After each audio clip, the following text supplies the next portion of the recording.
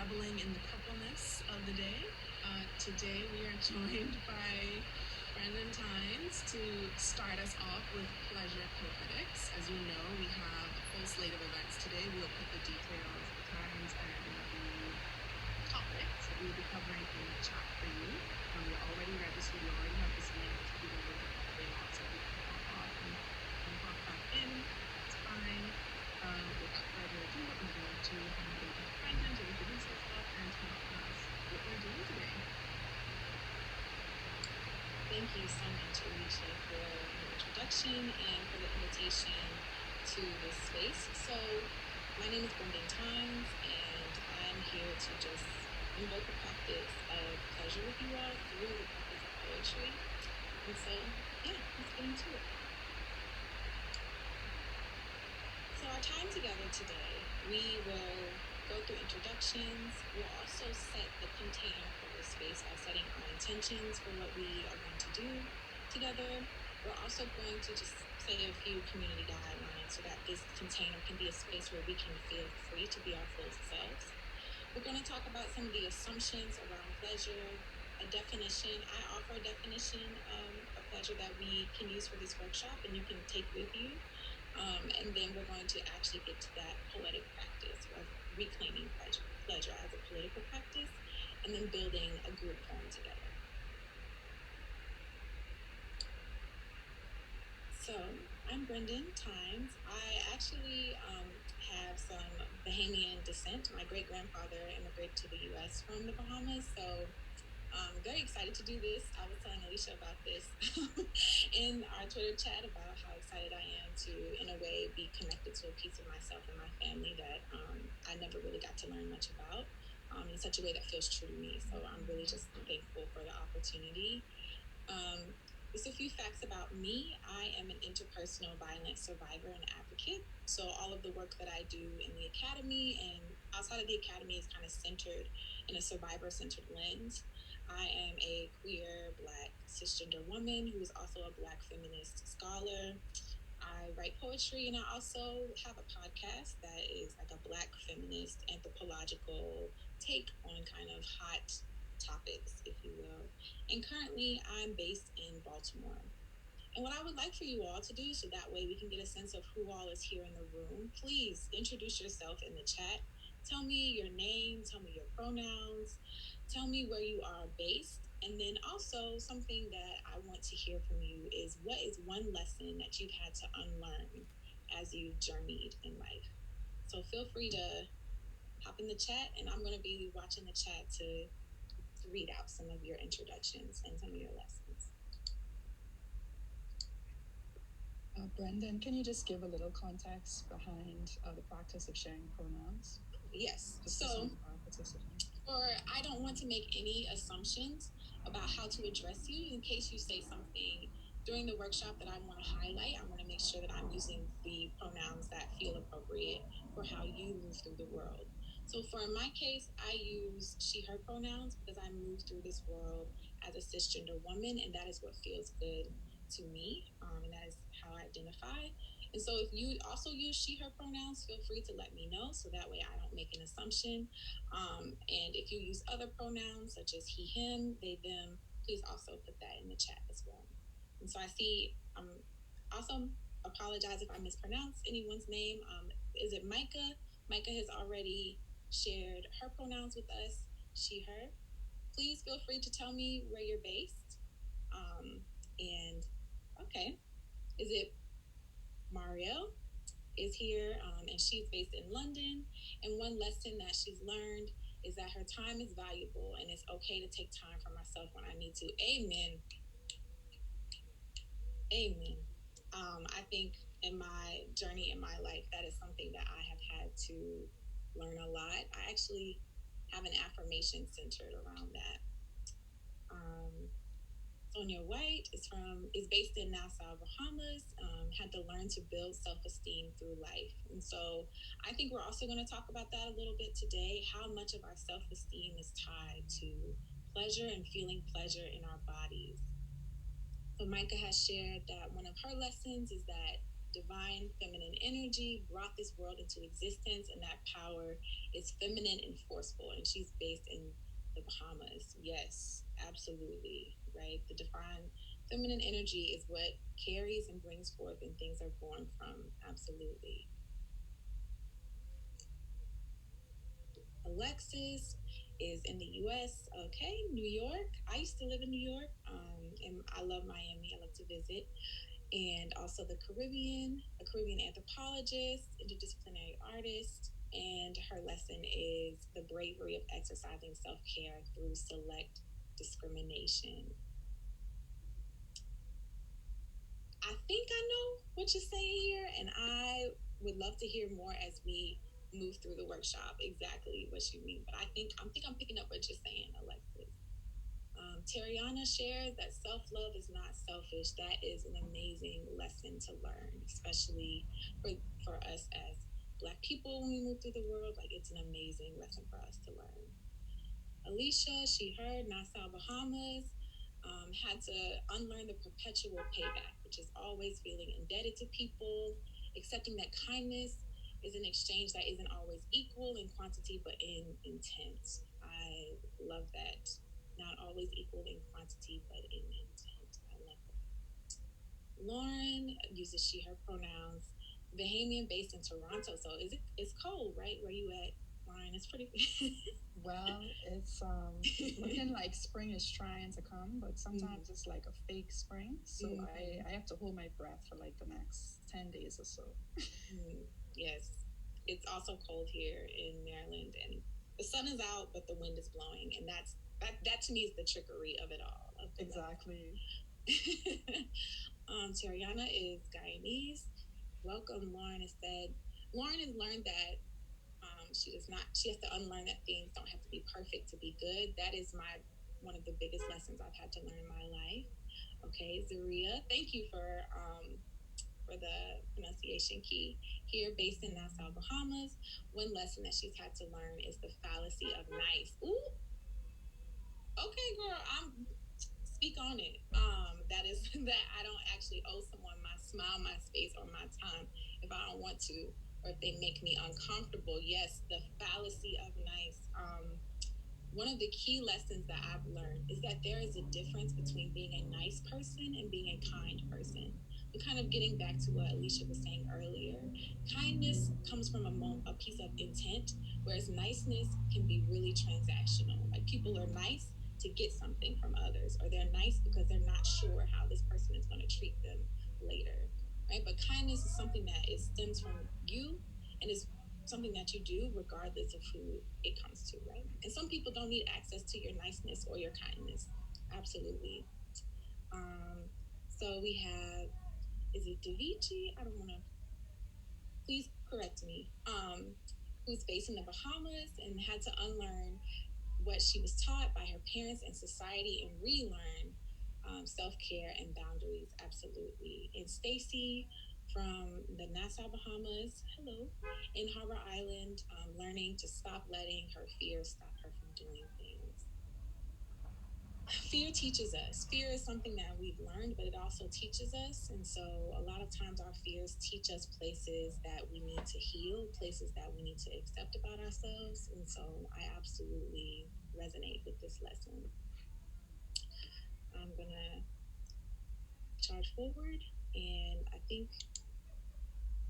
if other people come in, I welcome them to introduce themselves in the chat. But we're going to talk about our intentions. So in this space, I want to invite you to be your fullest self, right? So bring those lessons that we've talked about, self-care, we've talked about learning lessons around fear, things that keep us from really embracing taking care of ourselves and embracing pleasure. And what I want you to do here in this space is to bring your fullest self, as you are a co-creator of this workshop community and this space. And what we're going to do today is reclaim pleasure as an innate force that allows us to affirm the joys of our living. And pleasure, we're also going to reclaim pleasure as a communal practice for liberation and healing. So a lot of times we talk about pleasure from the individual standpoint. So it's something that we, each of us, have and hold, and it's only shared when we're, pleasuring each other. or giving other people pleasure, exchanging pleasure. But pleasure can also be a communal practice that we build where we about in living in our own pleasure, we make way for other people to free themselves. But I'll get to that towards the end of the workshop. And then we're also going to talk about a poetic practice of unlearning. We have all been programmed to think about pleasure as a specific type of thing, especially for those of us who walk through the world as Black women. We are always told, are taught certain lessons around pleasure and what it means for us. And so we're going to begin the practice of unlearning here. So just quickly wanted to state the community guidelines for this space. So for all of us to be able to walk in this space freely, we cannot tolerate instances of transphobia, of queerphobia, ideas that say that there are two sexes in the world and this is the right thing, right? And so we exclude or we discriminate against people who don't abide by that, right? We won't tolerate places here where misogyny against Black women is unacceptable. Right? We want to make sure that this is an accessible space for people. So speaking to ableism, making sure that this space is accessible. So if I say something that you're like, Brendane, what are you talking about? Please explain this. Feel free to hop in the chat and let me know, just as Lauren did earlier about practices of sharing pronouns. Interrupt me and say, hey, I don't really understand what's happening here. Can you give us more explanation? I'm happy to do so. We also want to pay attention to the ways that we have internalized white supremacy and might spit that back out as each other. And one of the ways that we have done that, right, is through these pleasure practices that prioritize other people. But we'll talk about that.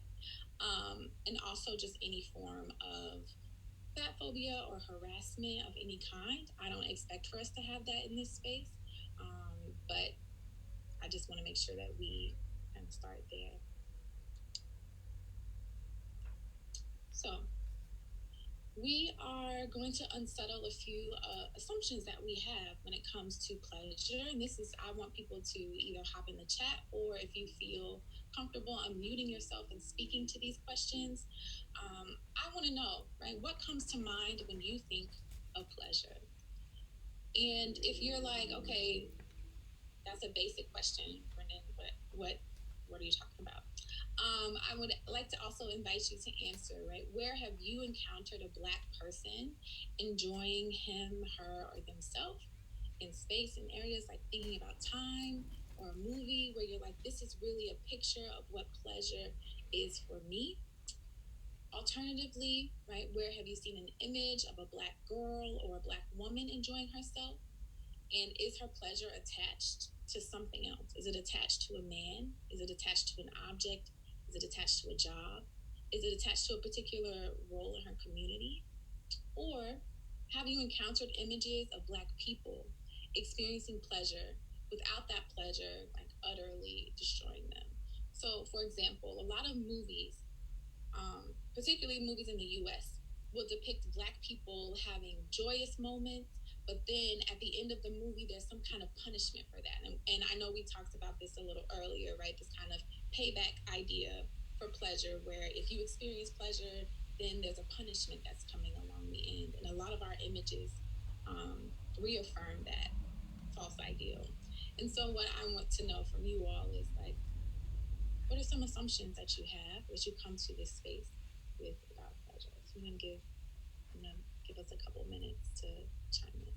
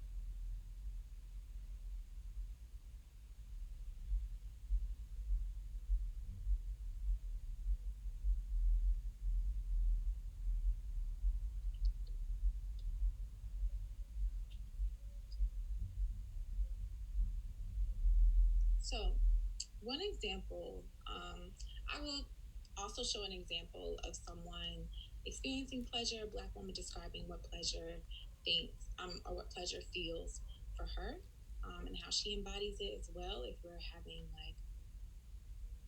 some hesitancy around hopping in this morning, but I also want to make space for folks who want to chime in.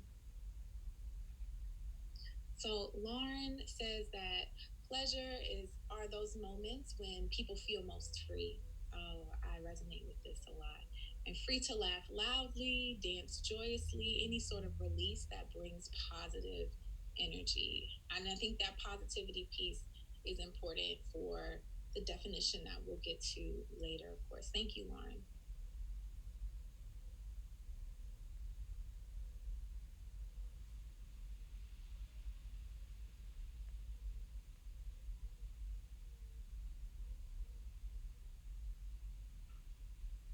So Alexis is sharing that pleasure can be measured as attending to one's needs. So yes, some people find pleasure in attending to their own needs and as well as to other people's needs, of course. Pleasure is connecting with the playfulness of and the joy of life on all things through all things. Yes, Micah. Sonia says, for me, pleasure is me, period. Enjoying time with me, quality time spending with me, and me being free to do whatever I want.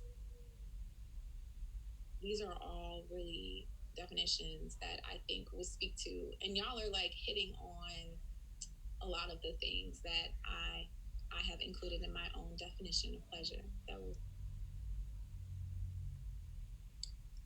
So, oh, oh, Alexi, I apologize for mispronouncing your name. Thank you for letting me know. So pleasure is defined by dictionary.com. I literally took a screenshot of this as the state or feeling of being pleased, the enjoyment or satisfaction derived from what is to one's liking, gratification, delight, worldly or frivolous enjoyment.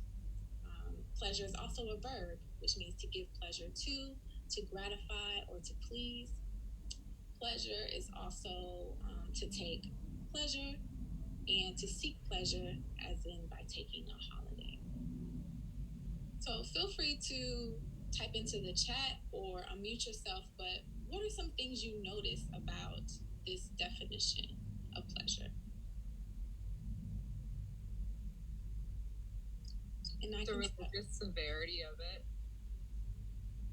Right.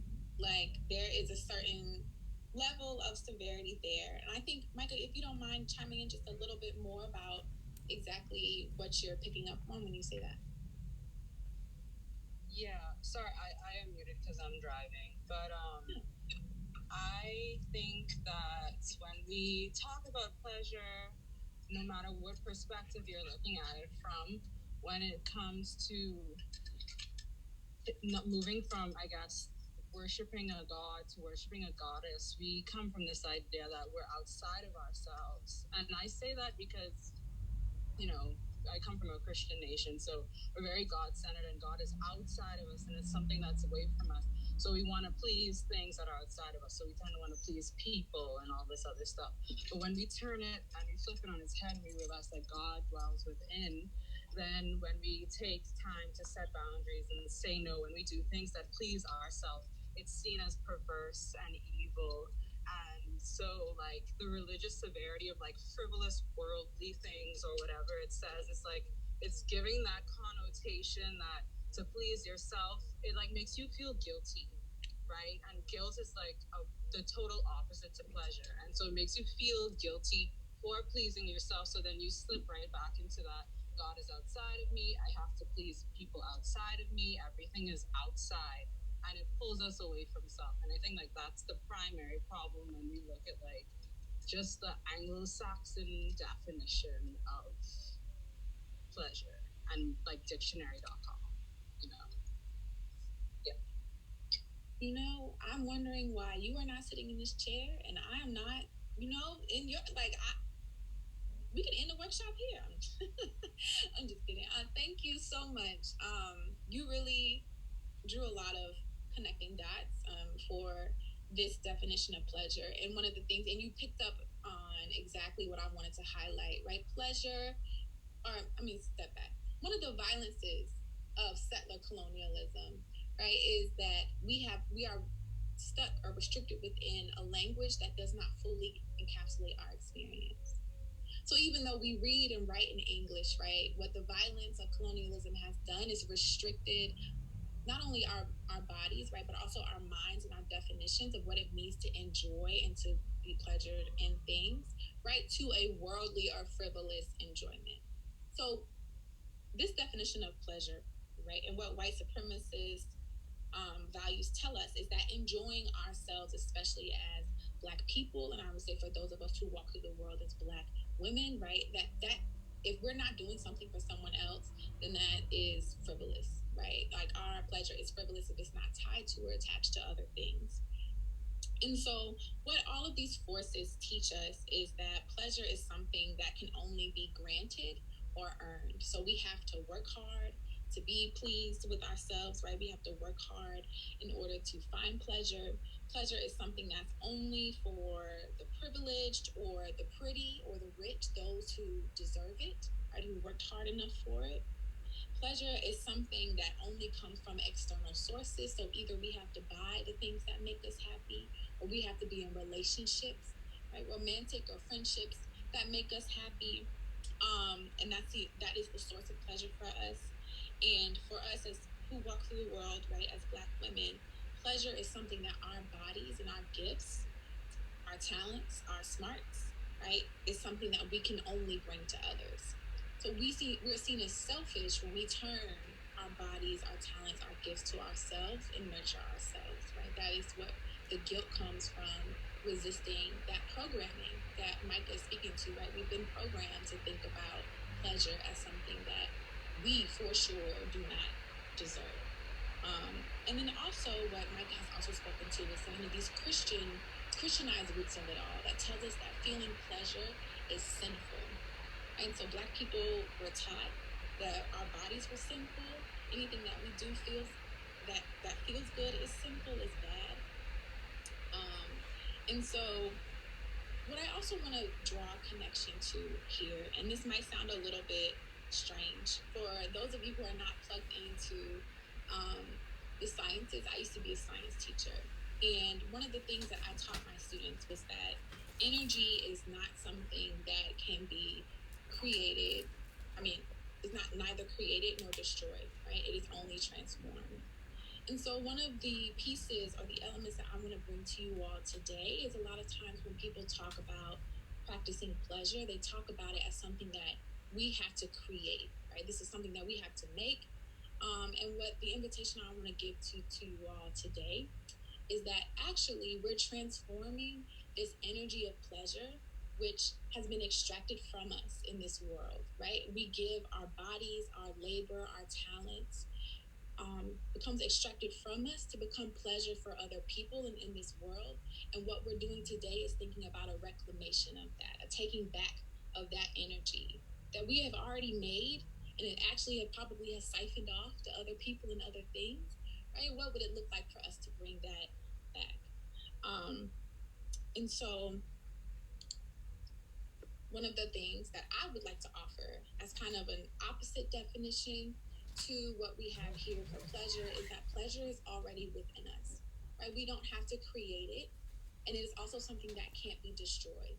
A lot of times we just transfer our pleasure energy, our God energy, if you will, if that speaks to you, right, to others. And we actually have the power to reclaim that back. And so we can reclaim that pleasure through a practice, right, of pleasure. And that means really being in tune with ourselves and thinking about what makes us happy. Speaking to a lot of your definitions of pleasure, but also, Lauren, I remember you talking about pleasure as being the act of moving through the world freely and with joy. So what pleasure does for us as individuals is allow us to accept all the things that we've been told aren't good, all the things that we've told that we don't deserve, right? And with that acceptance and that like embracing that and that love and moving through it and nurturing it, we actually make room for true community, because we won't be dependent on these systems, these relationships, these other forms of relation that oppress us and harm us, and we won't have to look to those same things in order to fulfill us. And lastly, I see pleasure as a path for us to completely have sovereignty over our bodies and our lives and reclaim the violence, reclaim what we've lost, right, or what we've given away. I will say through the violence of colonization, slavery. So if there are pieces of this definition that resonate with you, feel free to plus sign in the chat. If there are things that you're like, oh, I'm not really sure if I can jive with this, also feel free to hit the chat and let me know what you think.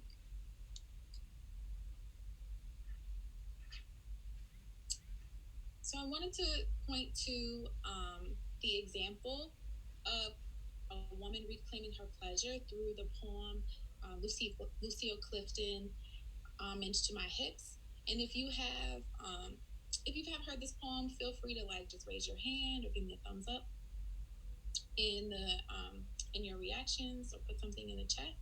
But here I wanted to play so that we could hear her reading the poem, but also the words are side by side.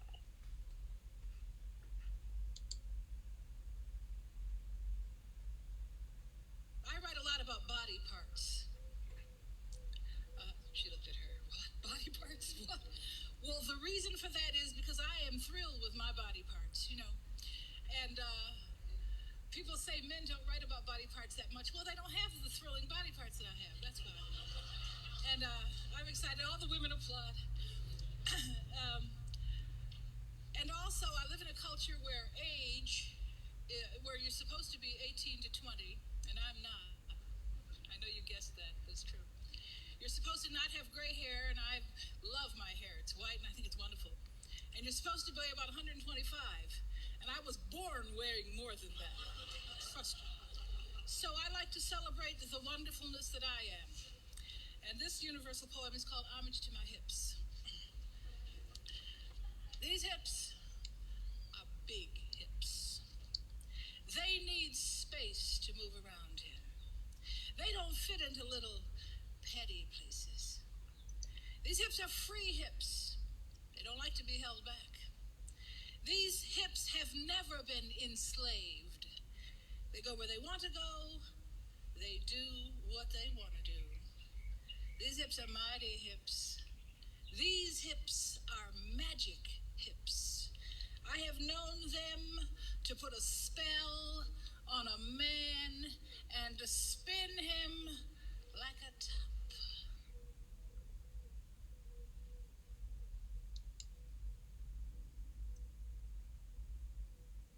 So, one of the reasons why I wanted to share this short poem with you in this clip is because I think Lucille Clifton, through her really the brevity of her words, really highlights for us as Black women so many different themes through this very poem, right? She talks about hips that have never been enslaved, right? Calling to her ancestors who've experienced the enslavement of their hips, literally, right? The exploitation of their reproductive labor.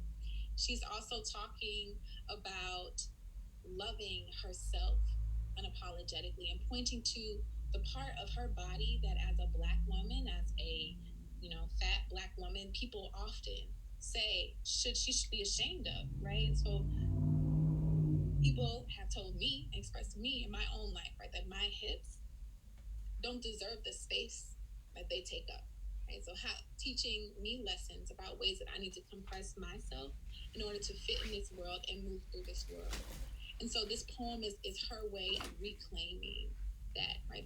Speaking to that and saying, actually, no, these hips are big, and they're going to take the space they need to take, and they're going to move around in the world that they need to move in. Right? And as we think about pleasure, right, a lot of times pleasure is thought about sexually, and it's centered, right, on the hips. It's centered in that kind of root chakra, sacral chakra, area where we think about pleasure as something that stems from there, but also only something that we can receive from other things or other people. But what would it look like, right, for us to sit there and say, okay, my hips are free hips. And not because they're free in relation to you, but they're free because I call them free. Right? My body is free because I call it free. Right? My body is mighty because I call it mighty, right? My body is magic because I call it magic. I go where I want to go. I do what I want to do. And I let my pleasure lead me there, right? That is pleasure in and of itself, right? Going where you want to go and doing what you want to do. And doing that is actually a political practice, right? And for those of us who walk through this world, right, as Black women, reclaiming our pleasure, reclaiming our bodies, reclaiming the ways that we walking through this world is absolutely a political practice. It's not that foo-foo stuff that people say, you know, oh, you light candles and you sit in a bathtub and you meditate and the world is forever changed. Like, yes, that can be a pleasurable experience, but actually the act of moving through the world and doing what you want to do and living how you want to live is a pleasurable act that will bring about change into the world and will shift these dynamics, right? Reclaiming our pleasure energy that we give to the world, that makes the world go round, that actually sustains this world, saying, actually, I'm calling that back to myself and making room and space for myself, is actually a practice that can free us.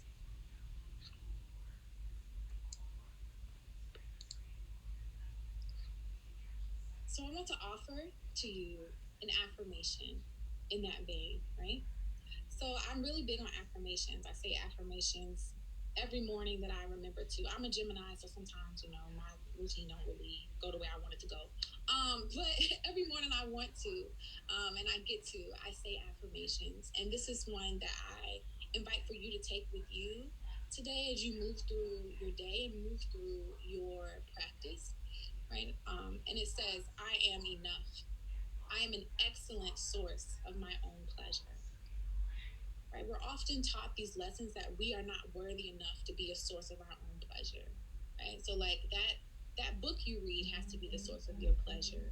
Or that partner that you have has to be the source of your pleasure. You yourself, right, are not an excellent source of your own pleasure. It's like we're often taught that our bodies and reclaiming ourselves and loving ourselves and living in that pleasure is like something you do until you're able to have access to something else.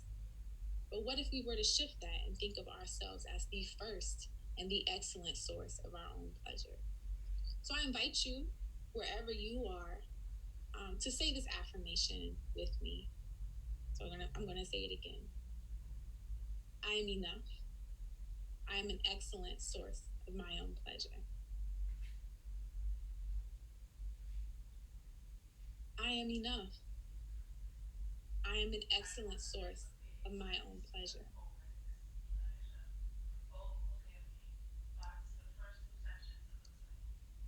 How did it feel to say that affirmation?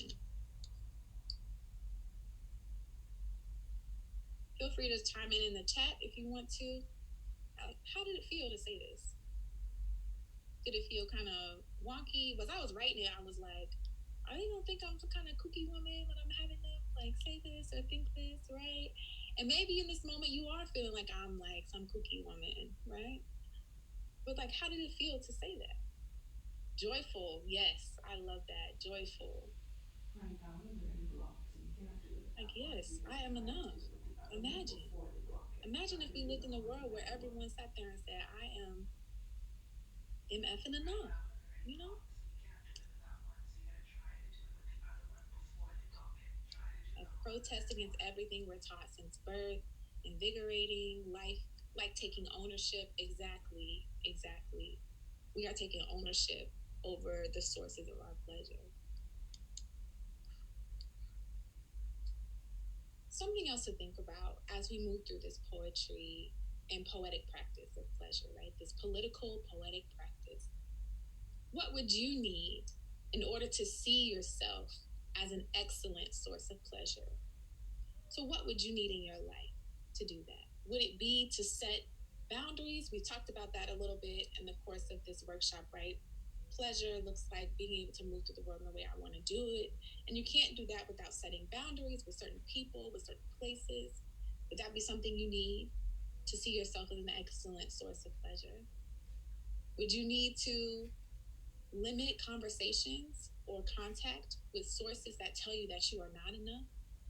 Right? We set that boundary. I've definitely had to do that in my life as a survivor for sure. And finally, we're going to move to this piece of a communal practice of pleasure. Like, what does that actually look like?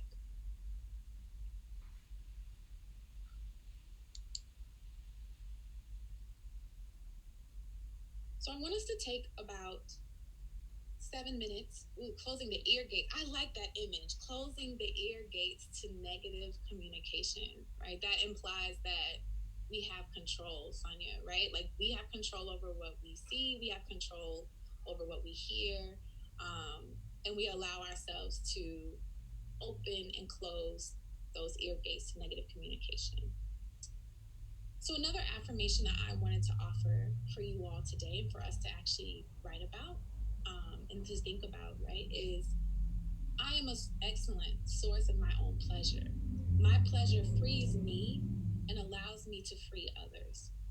So I want us to take a few minutes to write about the following, right? If we're sitting in this space where our pleasure is actually our own, right? We are the source of our own pleasure, whether that be loving our bodies, loving our minds, loving our hair, loving the way our eyes open in the morning when we're ready to rise up, right? Finding pleasure in the moments where we feel like ourselves, right? What does that feel like?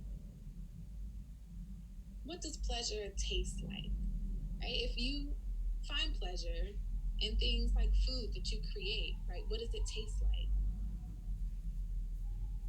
What does it look like, right? For me, finding pleasure in myself, I know I have those moments where I'm like, oh, pleasure today for me looks like putting on my Fenty Beauty, mascara, putting on my Fenty Beauty, foundation, running out the door. Or pleasure might sound like me talking to myself in a way that feels good. Might sound like me singing hymns to my ancestors in the morning, right? What does pleasure smell like? So is there a particular scent that you associate with pleasure? Is there something that you enjoy? Is it the way, is it something connected to something that you might eat or something that you might consume or something that you might smell when you're in community with others? I want to give us a few minutes to think about that, and we'll come back. Ooh, juicy. So if you're in a space where you can write on your own, free write, feel free to do so. If you're not in a space, I know some of you are driving or might be commuting, maybe thinking about this, and we will have a communal poem where we'll contribute these things. So hold off in the chat, or unless you are, of course, going to contribute through the chat, feel free. So what does pleasure feel, taste, look, and sound like? And I'm going to come back at 10:45 for us to move on to the next part.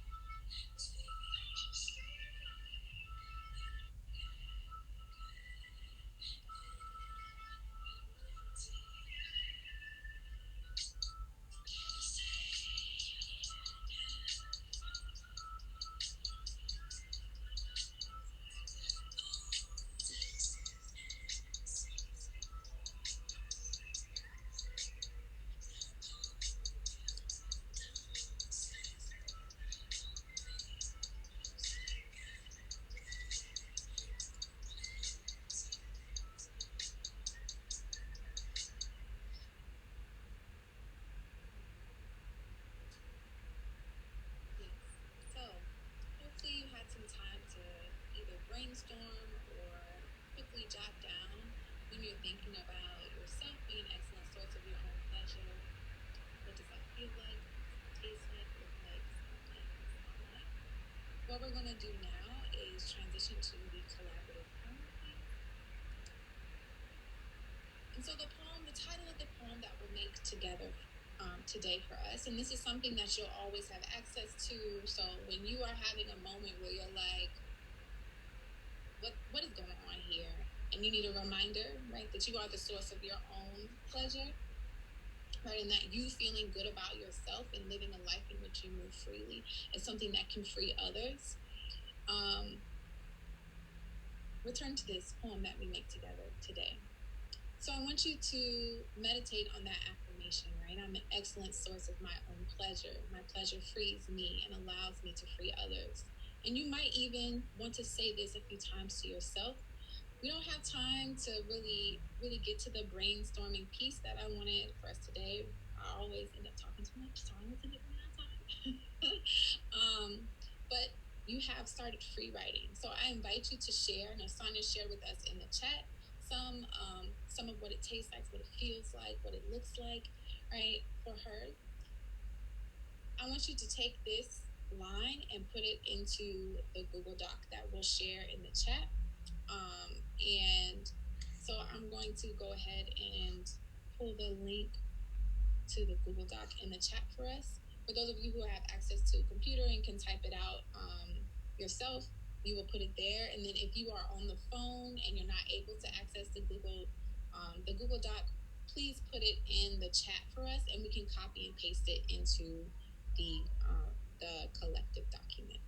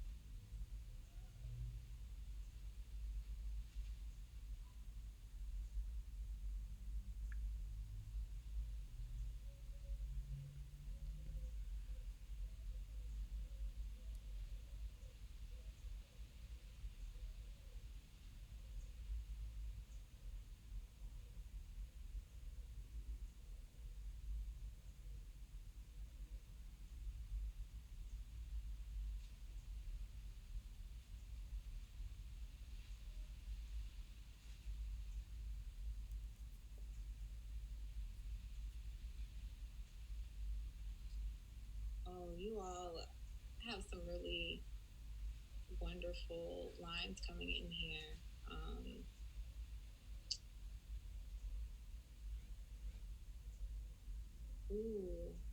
I love pleasure as liberation.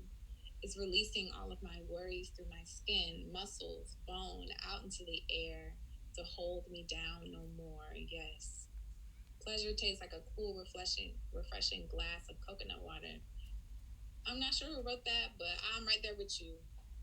I love me some coconut water. And it, like, there's just something, the instant feeling of just like refreshment feels so good. Sounds like the ocean.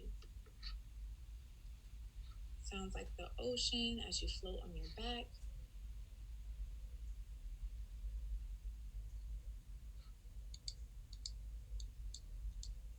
Kelly said, pleasure as liberation feels like not denying myself for anyone's satisfaction.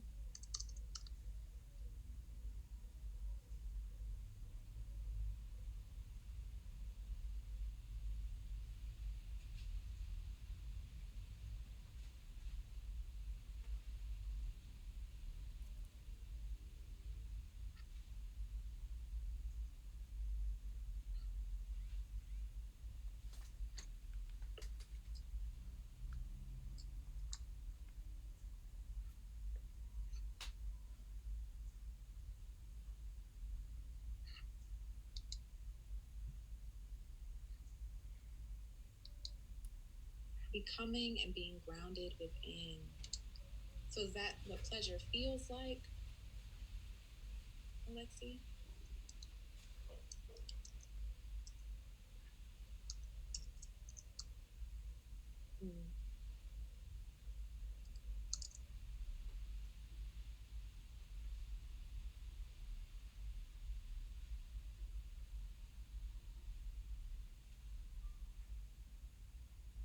Please do not worry about how this looks. At the close of the workshop, I will rearrange this and make it look prettier. Just want to make sure that everyone's contributions are here. And since we have only a couple of more minutes, I want to go ahead and start to read out what we've written. And I want all of us to take a moment of meditation here and share. We really have built a communal practice, right, of thinking about pleasure and thinking about ourselves and centering ourselves in liberation. And a lot of times we're taught that liberation is all about reaching across and reaching out, but I think a lot of times people do that prematurely, right? They're not able to sit with themselves within before they reach out. And what we're practicing here is really thinking about what draws us back to ourselves, what draws our pleasure energy back to ourselves, so that we can do the work of liberation within, but also with others. And so pleasure as liberation feels like pineapple, if I had to describe it. Sweet in taste, juicy once bitten into, and tastes so refreshing. Feels like velvet, soft and smooth. It feels like not denying myself for anyone's satisfaction. My favorite flower, red and white. It looks like my favorite flower, red and white roses. Pleasure's liberation tastes juicy. Tastes like the mix of saliva in the morning. Sounds like I Never Knew My Own Strength by Whitney Houston. Smells like fresh baked bread as you step into Grammy's house. Looks exactly like me, of course. Tastes like the first mango of the summer. Sounds like the ocean as you float on your back. It's bush tea for someone else who made it for you. Right, get someone else to do the labor for you. Heard you on that. Pleasure as liberation feels sweet and spicy. It tastes delicious and looks like all the versions of me as I am becoming. It smells warm and filling, like all the baked things I love the most. Pleasure as liberation sounds like my favorite song, making me move my body to the beat, releasing all of my worries through my skin, muscles, bones, out into the air to hold me down no more. Pleasure as liberation is picking the first tomato from your home garden. Pleasure feels and smells like ocean breeze blowing on my face. Pleasure smells like a fresh coconut bread coming out of the oven. Pleasure tastes like a cool, refreshing glass of coconut water. Pleasure feels like becoming and being grounded within. And we have one more addition. Pleasure feels like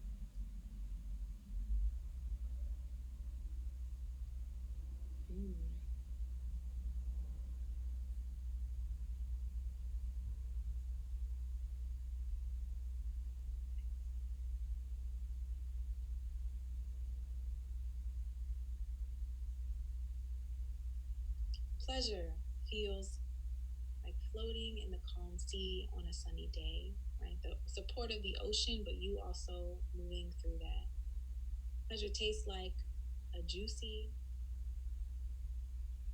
watermelon.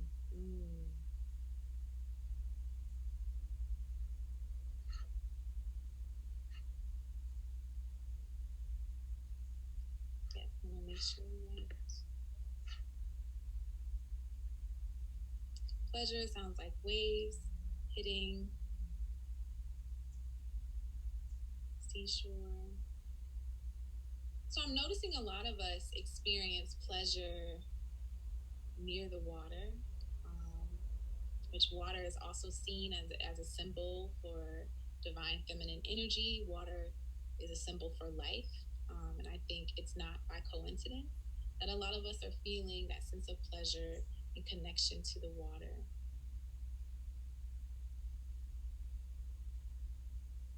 So feel free to continue adding to this, and I will clean this up and send it back to Alicia so that you all can have this as something for your own keepsake. But I want to make sure that we are able to transition to the next session. I'm so sorry that we did not have more time to really revel in this. I don't know how to get rid of these words right here. So they're just going to be here. But what I want to make sure, let's see, how do